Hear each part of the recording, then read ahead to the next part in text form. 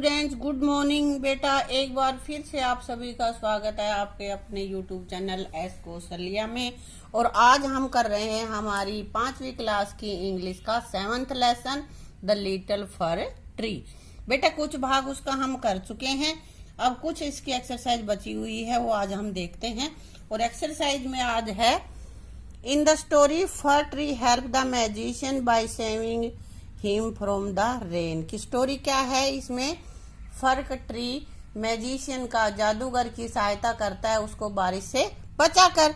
Magician became happy, जादूगर खुश हो जाता है। Now right in the appropriate column the following action which would make people happy और अनहैप्पी। तो नीचे कुछ लाइन दे रखी है, कुछ कॉलम्स इसमें बना रखी हैं, तुम्हें उनको लिखना है एक्शंस को राइट वे में, कि जो लोगों को हैप्पी करते हैं उनको एक कॉलम में, और जो एक्शन पीपल्स को अनहैप्पी करते हैं, ना खुश करते हैं, उनको दूसरे कॉलम में। यहाँ पे ये मिक्सअप दे रखी है, ठीक है। तो ये नीचे 2 कॉलम बना रखे हैं, actions that make people happy और actions that make people unhappy. यहाँ पे वो एक्शंस लिखनी है जिनसे लोग खुश होते हैं, और यहाँ पे वो लिखनी है जिनसे खुश नहीं होते। तो अब इनमें से हम देखते हैं, रेस्पेक्टिंग एल्डर्स, बड़ों की रेस्पेक्ट करना, आदर करना। इससे तो खुशी होंगे ना बेटा, कि नहीं होंगे? खुश होंगे, इसलिए इसको हम इसमें लिखेंगे हैप्पी वाले में है। बीइंग पोलाइट, विनम्र होना, इसको भी इसी में लिखेंगे। अगर हम किसी के साथ लड़ाई झगड़ा नहीं करेंगे तो खुशी रहेंगे, है ना। विजिटिंग ए सिक पीपल फ्रेंड, कोई भी आपका फ्रेंड बीमार है और उससे मिलने जाओ तो उसको खुशी होगी ना, हाँ, तो इसको भी इसी लाइन में लिखेंगे। इसी तरह से इनको छांट के जिससे लोग खुश होते हैं उसको इस कॉलम में लिखना है, और जिससे खुश नहीं होते हैं वो इस कॉलम में छांट के मैंने लिख रखी है।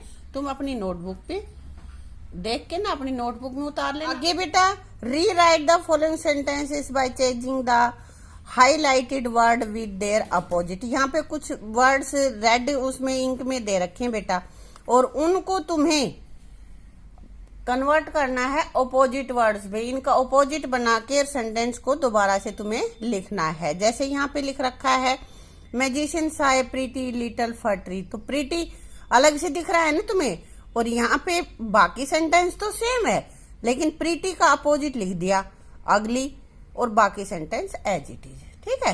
तो यहीं पे ऐसे ही आगे करना हमें। Soon the dancing and singing stopped, तो किसका अपोजिट लिखना है हमें?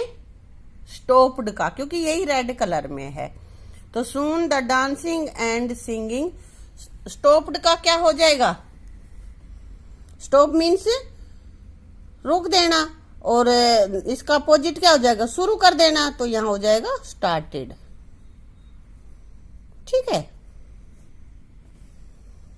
आगे है, the master has been very kind to the servant, कि मालिक नौकर के प्रति बहुत दयालु है। तो यहां पे क्या आएगा? काइंड का अपोजिट लिखना है। बाकी सेंटेंस तो एज इट इज आ जाएगा, और काइंड का अपोजिट क्रूअल, निर्दयी। काइंड मीन्स होता है दयालु, और क्रूअल मीन्स निर्दयी, ठीक है। आगे है, there were marks of little steps on the ground, छोटे छोटे कदम। स्टेप्स मीन्स कदम, मार्क मीन निशान, और लिटिल मीन्स छोटे। तो लिटिल का अपोजिट बिग या लार्ज, कोई सा भी लिख सकते हैं हम। तो यहाँ पे आएगा, देयर आर मार्क्स ऑफ, फिर लिटिल की जगह पे बिग, और बाकी का एज इट इज। अगला है, it is very cold today. It is very cold, cold का क्या होगा? कोल्ड का क्या होता है बेटा? Hot, hot today.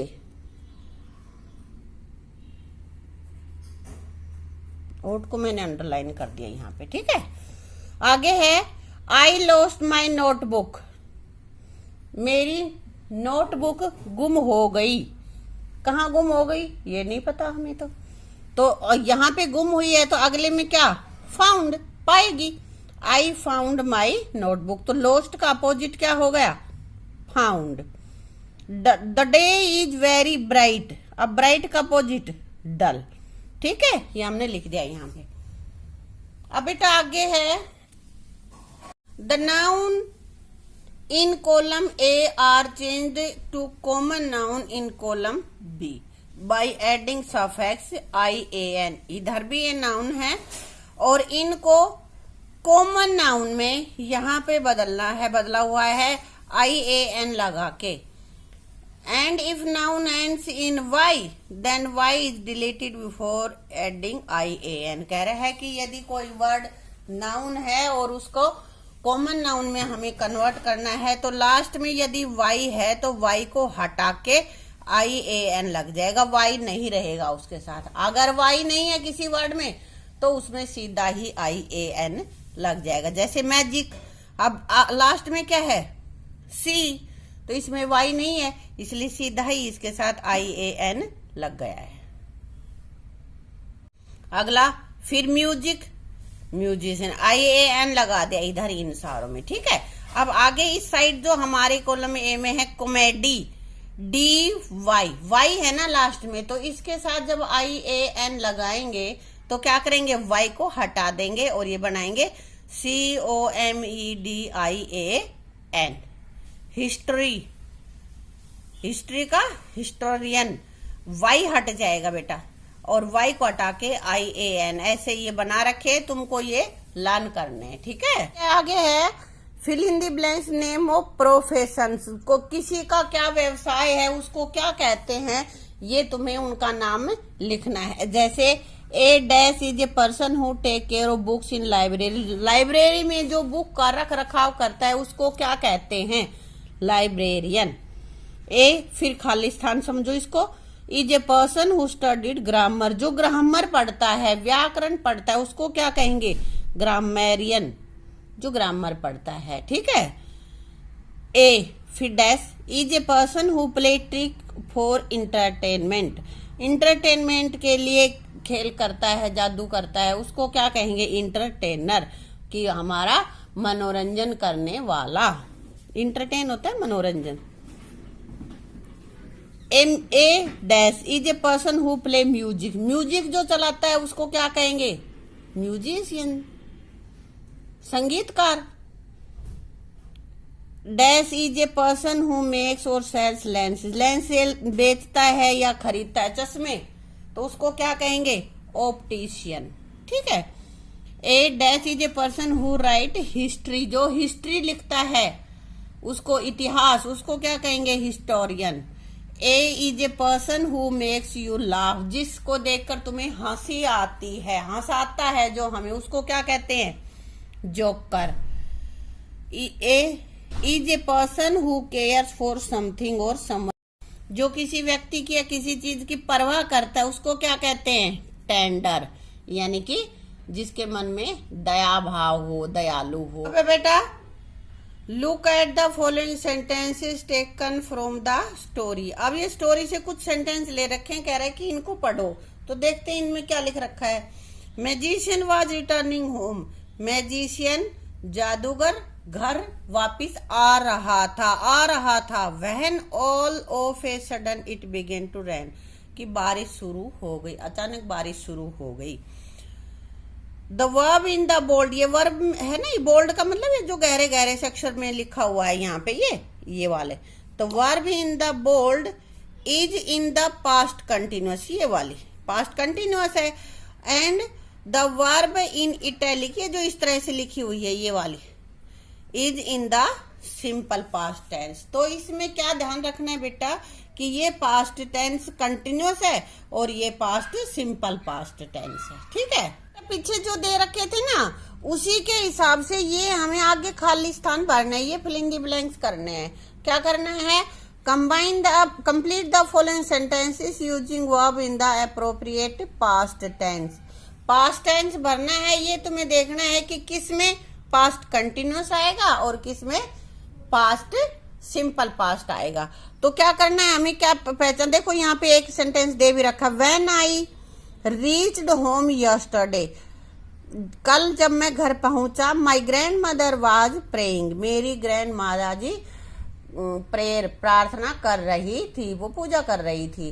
तो मतलब जब पहुंचा तो क्या काम हो रहा था, तो जो काम हो रहा था चल रहा, मैं जब पहुंचा तो वो काम पहले से चल रहा था, जो काम पहले से चल रहा है उसमें तो आएगा कंटिन्यूअस, और जिसमें जो अब जस्ट हुआ है उसमें आएगा सिंपल पास्ट। ध्यान रखनी एक पहचान ये भी है कि जब हमारे सेंटेंस में के दो पार्ट हो, दो क्लॉज मिल रहे हो और उसमें बीच में वैन हो, तो वैन के बाद वाला जो हमारा फिलअप्स होगा उसमें तो आएगी वर्ब की सेकंड फॉर्म यानी कि सिंपल पास्ट टेंस, और उससे पहले जो खाली स्थान होगा उसमें आएगा past continuous tense, were, was और आईएनजी वाली फॉर्म आएगी। तो देखते हैं हम, what were you doing when I called you last night. When के बाद आया है ना ये फिलअप्स, तो यहाँ पे आएगा कॉल की second form called. Simple past में वर्ब की सेकंड फॉर्म होती है, और पास्ट कंटिन्यूअस में वर या वाज लगेगा और उसके साथ आईएनजी लगा हुआ होता है। आगे है I dash in the cafe when the telephone bell dash, आगे रिंग। तो व्हेन के बाद वाला फिलअप्स क्या है, ये वाला है ना, तो इसमें तो आएगा वर्ब की सेकंड फॉर्म। रिंग की सेकंड फॉर्म क्या होती है, रैंग, तो यहाँ रैंग हो गया। और व्हेन से पहले जो फिलअप्स था उसमें पास्ट कंटिन्यूअस, तो आई है, आई के साथ वर तो आएगा नहीं, वाज आएगा, इसलिए आई वाज सीटिंग, वाज और सीटिंग आएगा यहाँ पे। ठीक है, अगला है when we dash the station the passenger were dash the train. तो अब व्हेन है, व्हेन के जस्ट आफ्टर कौन सा फिलअप है, ये वाला है, तो इसमें आएगा रीच्ड।